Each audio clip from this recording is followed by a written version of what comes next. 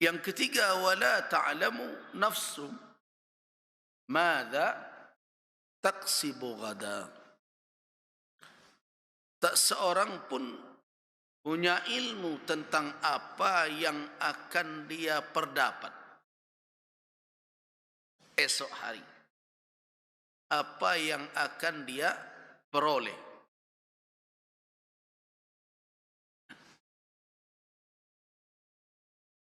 Tak seorang pun tahu itu. Betapa banyak orang berencana untuk mencapai sesuatu, tapi ternyata gagal. Tapi sayang tidak banyak manusia belajar dari peristiwa itu.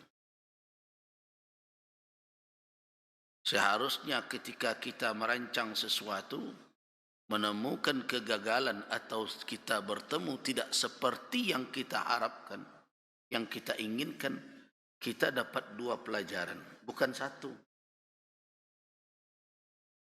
Kalau orang yang tidak beriman hanya dapat 1 saja. Apa itu? Pasti ada yang kurang dewa. Akhirnya apa? Mencari dan kadang menyalahkan, dan kok dek karena si anu makanya tidak berhasil.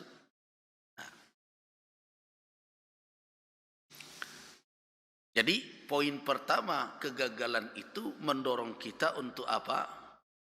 Untuk menjengkali asbab, segala faktor yang mengantarkan kepada keberhasilan, jangan-jangan tidak terpenuhi syarat dan ketentuan. Itu bagus. Ini bisa jadi kegagalan itu karena wakna lalai. Tapi tidak, orang beriman tidak sebatas itu. Orang yang beriman ada istintat, kesimpulan lain yang kedua. Apa itu? Qada Allah.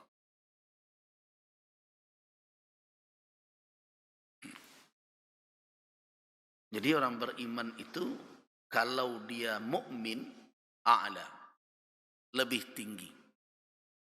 Dari cara bersikap, dari cara berkesimpulan. Wa antumul a'launa in kuntum mu'minin. Kan begitu? Kamu lebih tinggi.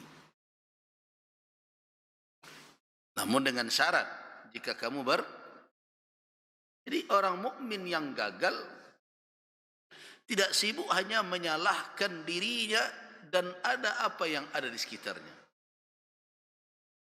Hidup ini kan tak sadonyo Pak Janyawa. Makanya dikatakan orang dapet nan di hati, lun tentu dapet bersekandak hati. Memang begitu. Ini kehidupan. Namanya saja Darul Ibtila. Kampung tempat kita diuji oleh Allah. Ini tidak sedukan dakwah lapeh.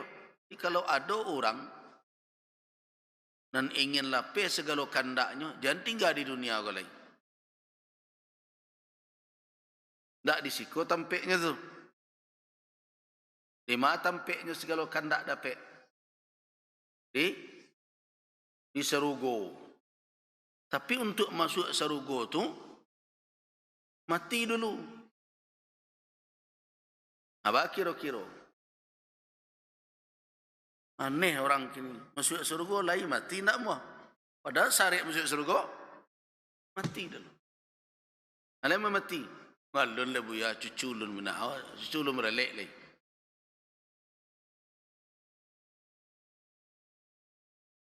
Jadi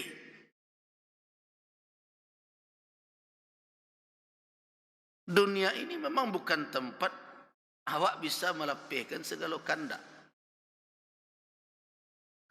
Jadi kalau dalam hidup ini kita kadang menghadapi kegagalan,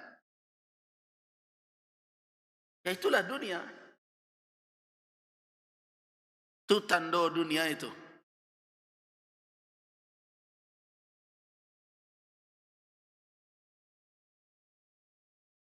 Nah, kini tergantung siapa yang berhadapan dengan kondisi dunia seperti itu. Kalau mukmin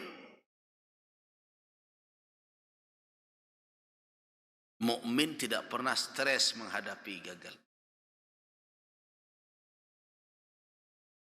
Biasa itu permainan dunia.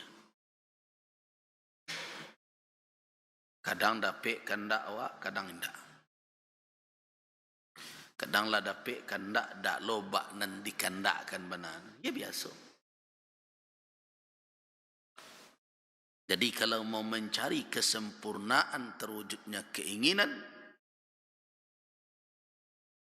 lahum ma tasha'un, lahum ma yasha'un, untuk mereka apa yang mereka kehendaki, segala kandak lapeh, di mana tu? Surga Allah. Dunia tidak. Nah, untuk menghadapi situasi dunia seperti itulah Allah Subhanahu wa taala membekali manusia dengan hidayah, petunjuk. Siapa yang beriman dengan petunjuk itu, selamat dia menghadapi kondisi yang seperti itu. Tapi kalau tidak,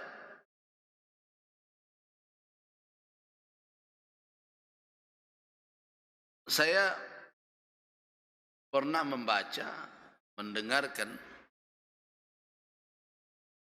orang kan sering memuji-muji, ada di dunia ini negara yang paling bahagia.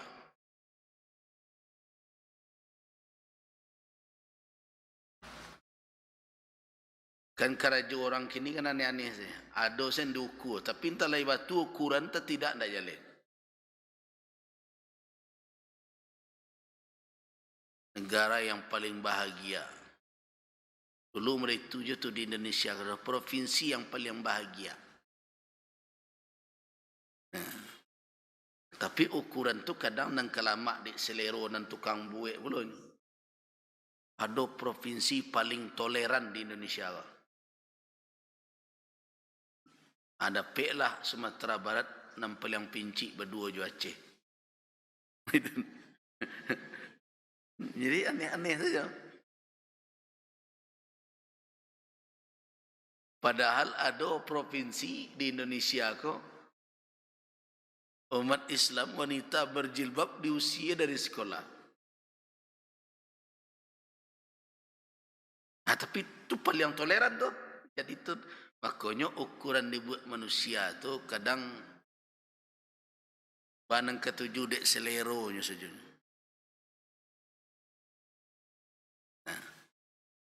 Nah, jadilah ternyata faktanya terungkap negara paling bahagia itu katanya Finlandia. Pendidikan berbagai macam, income per kapita dan sebagainya ya.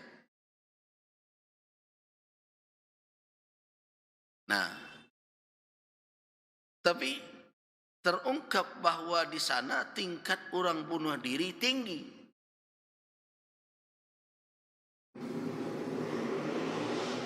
Kalau yo paling bahagia, mengapa kok banyak yang bunuh diri? Ada yang membuat jawaban, barangkali dek paling bahagia dan stres lah mati sedonya bunuh diri tinggal senalenda. Jadi padahal kalau mereka mau meneliti dengan ukuran lain, ya standar lain, ada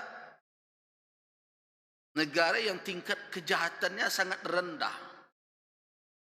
Kan tidak ada kejadian kriminal di situ. Ya misalnya Oman misalnya. Saudi itu termasuk rendah tingkat kejahatan. Tapi itu tidak jadikan ukuran.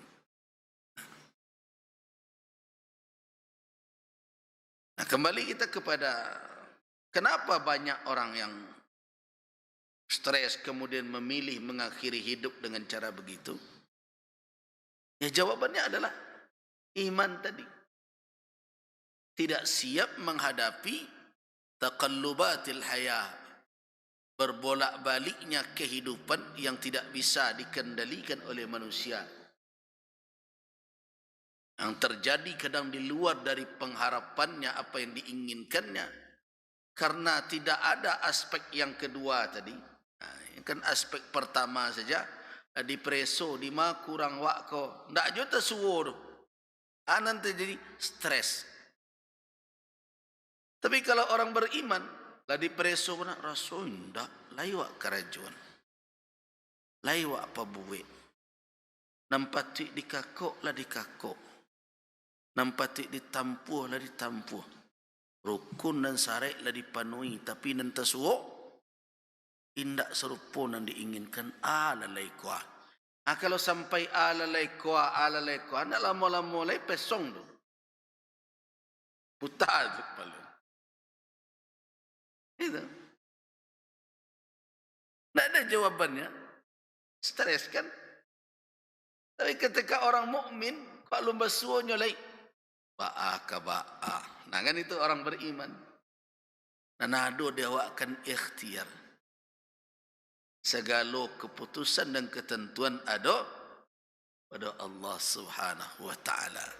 Yalah, pak cubalah cari basuh ndak tasuh dia awak nan jaleh ketentuan Allah nang berlaku. Wa ma tasyauna illa ayyasha Allah. Tuk terkunci padek di situ, tanang batin dia. Nah, begitu mukmin. Nah, jadi apa yang akan kita peroleh, yang kita perdapat, yang akan kita jangkau esok hari itu, tidak ada ilmu tentang kita. Ya kan bisa orang memperkirakan, itu bukan ilmu, itu perkiraan. Walau bagaimanapun 99% pun kemungkinan yang dibuat oleh manusia, ada 1% yang menjadi peluang untuk tidak terjadinya yang seperti yang diharapkannya. Itu. Jadi dahulu saya pernah diceritakan guru saya, ada seorang arsitek ya, orang Mesir, ahli membuat bendungan,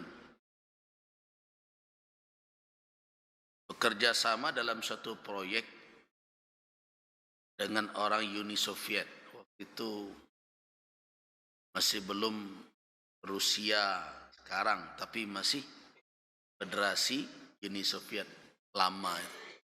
Dan itu terkenal kan penganut paham komunis. Orangnya banyak ateis, anti Tuhan. Ini karena mereka bekerja bersama, dia sering mencemoohkan orang Mesir Muslim tadi kalau sudah bekerja berbagai macam, kemudian memakai insya Allah. Nah, dia cemoohkan, insya Allah itu apa itu? Ya supaya, apakah kamu tidak percaya dengan ilmu? Nah, begitu dia. Dia berkomentar, mencemoohkan arsitek Mesir Muslim. Apa kamu sangsi dengan ilmu? Berarti kamu tidak percaya dengan ilmumu. Bukan kamu telah hitung kekuatan betonnya, berbagai macam unsurnya, tekanan air yang akan datang pada waduk ini. Apalagi semuanya sudah matematis, digit, angka per angka. Digit, angka per angka. Ini kan secara ilmiah sudah pasti ini aman. Pakai insya Allah juga. Jadi dia cemoohkan kawannya karena dia tidak percaya Tuhan. Nah, yang arsitek, yang insinyur Muslim Mesir ini sudah selesai insya Allah. Nah, sampai dalam satu proyek itu tibalah saatnya waduk itu akan diresmikan. Waduk itu kan biasanya ada celah yang dicor untuk digenang ya, area tertentu, kemudian ditahan dengan cek dam agar jangan sampai air itu keluar sehingga tergenang seperti danau buatan lah kira-kira. Nah, tentu ada peresmiannya. Peresmiannya ditekankan tombol oleh pejabat biasanya untuk memasukkan air menggenangi waduk tersebut. Nah, ketika tombol ditekan, tanpa sadar yang insinyur ateis tadi mengatakan, Sasa angoknya ketika katakan itu dia orang mudah-mudahan aman. Tapi dia tidak pakai insya-Allah. Mudah-mudahan aman. Nah, ketika mudah-mudahan itu ditegur oleh kawan, kok pakai mudah-mudahan? Kamu kan sudah menghitungnya dengan digit. Kenapa pakai mudah-mudahan? Pastikan sajalah aman. Ya kita kan tidak tahu, barangkali ada kekeliruan. Nah, itulah sifat manusia yang tidak sempurna. Kata kawan yang Muslim tadi. Itulah yang diajarkan oleh agama kami, bahwa kami menyadari kealpaan, kelemahan, kekurangan makhluk yang bernama insan, manusia itu. Makhluk yang jenisnya manusia itu tidaklah sempurna. Dia punya keterbatasan. Hanya Khaliklah yang menciptakanlah yang maha sempurna. Jadi karena itu, apa yang akan terjadi, yang akan kita dapat esok hari, dengan keilmuan kita sehebat apapun, paling kita bisa membuat prediksi, taruhlah paling tinggi 99,99%. Tapi hati-hati, kalau Allah berkehendak 0,00001% itu bisa membalikkan keadaan. Nah, di sinilah manusia harus menyadari, wala ta'lamu nafsum madza taksibu ghadan. Nah, sudah berapa itu kunci kegaiban? 3. Yang keempat, wa ma tadri nafsum bi ayyi ardin tamut.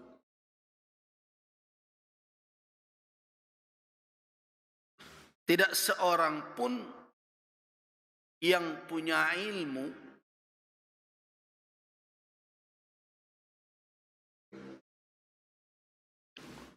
di bumi mana dia akan meninggal. Kalau bahasa orang Minang, tanah nan manan meminta, dado nan tahu.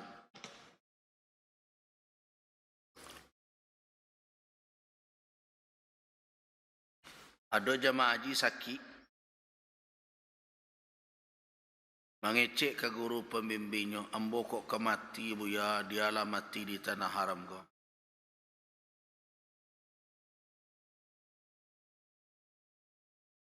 Sakit parah.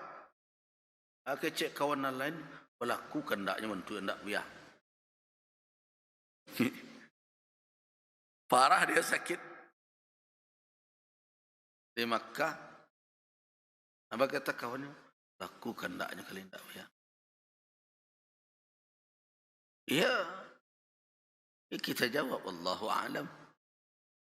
Walau bagaimanapun, mati dan berkubur di tanah haram tentu lebih baik. Tapi bilanya kemati, bumi ma tempeknya tabari yang jasadnya, Allahu a'lam, tak ada ilmu. Menjelang pulang sehat. Yo tando sehat lo, banyak lo nyo menyandang oleh-oleh daripada orang. Itu. Nah, tapi yang terjadi 2 hari sesudah tiba di rumah, matinya. Nah, wa ma tadri nafsun, tidak ada seorang pun yang tahu. Bi ayyi ardin tamut. Nah, sama dengan cerita yang mutadawalah, kisah yang bertebaran ya. Seseorang bertemu Nabi Sulaiman. Orang itu mungkin menjadi ujian yang didatangkan oleh Allah. Diberi firasat bahwa dia akan meninggal. Akhirnya datang dia ke Nabi Sulaiman. Ceritanya begitu. Ya Nabi Allah Sulaiman, engkau kan bisa memerintahkan angin, menundukkan makhluk-makhluk Allah. Saya tidak ingin mati. Karena itu terbangkanlah saya ke negeri lain. terbangkan saya ke India sana, biar saya selamat tidak mati di sini. Ya kata Nabi Sulaiman, kalau memang itu inginmu ya baiklah. Perintahkan angin oleh Nabi Sulaiman ini, terbangkan orang ini. Terbang. Ceritanya begitu. Riwayatnya demikian. Saya tidak sebutkan sanadnya karena sebagian tidak jelas. Nah, kemudian tidak lama setelah itu datang malaikat maut. Malakul maut datang berkata, Sulaiman, Assalamualaikum. Waalaikumsalam. Kira-kira begitu. Nabi Sulaiman, ini kunjungan apa ini? Hai malakul maut, ada tugas. Kalau ada tugas jangan-jangan ngambil nyawa saya begitu. Ya ada. Tapi tadi saya terheran juga. Kenapa? Saya mendapatkan tugas perintah mencabut nyawa seseorang. Tidak lama lagi tiba saatnya. Tapi di dalam surat perintah itu kira-kira begitu. Dia matinya di India.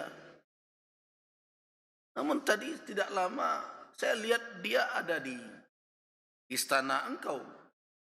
Bagaimana caranya ini? Padahal orang tadi sudah minta terbangan ke India untuk lari dari maut. Kata Nabi Sulaiman, benar, maha benar Allah. Dia tadi meminta saya menghindari kematian untuk diterbangkan ke India. Ternyata dia ke sana menjemput kematiannya. Artinya apa? Kalaulah kita menjadikan cerita itu sebagai sampel ya, karena hujahnya sudah jelas di dalam Al-Quranul Karim. Jadi manusia tidak bisa menghindar dari ketentuan Allah.